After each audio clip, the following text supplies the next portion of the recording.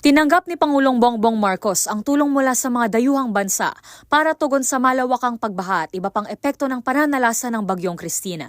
Sa situation briefing na pinangunahan ni PBBM, ibinahagi ni Department of Health Secretary Ted Herbosa ang 3 international medical team na handa na para i-deploy sa mga lugar na naapektuhan ng bagyo.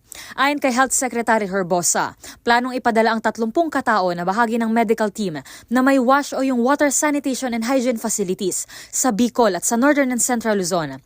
Agad naman itong sinang-ayunan ng Pangulo at sinabing ito ang kailangan ng mga lugar na apektado. Nakita raw kasi ng mga karatig bansa ang lawak ng pinsalang dulot ng Bagyong Cristina. Kaya naman sa ngayon, patuloy na nakikipag-ugnayan ng Pilipinas sa Brunei, Indonesia at Malaysia, gayon din sa mga kalyado nitong bansa. Nais naman ng Pangulo na gamitin ang mga Enhanced Defense Cooperation Agreement o EDCA site para sa mga airlift operation ng Armed Forces of the Philippines. Ayon kay AFP Chief General Romeo Browner Jr., nakikipag-ugnayan na ang Philippine Air Force sa mga counterpart nito sa Estados Unidos na ipadala ang kanilang mga aircraft gamit ang EDCA site. Ang Office of Civil Defense sa gabay ni Defense Secretary Gilbert Teodoro ang kasalukuyang nangangasiwa sa tulong na ating natatanggap mula sa mga international agency. Para sa MBC TV Network News, ito si Rose Babiera. Una sa Pilipinas, una sa Pilipino.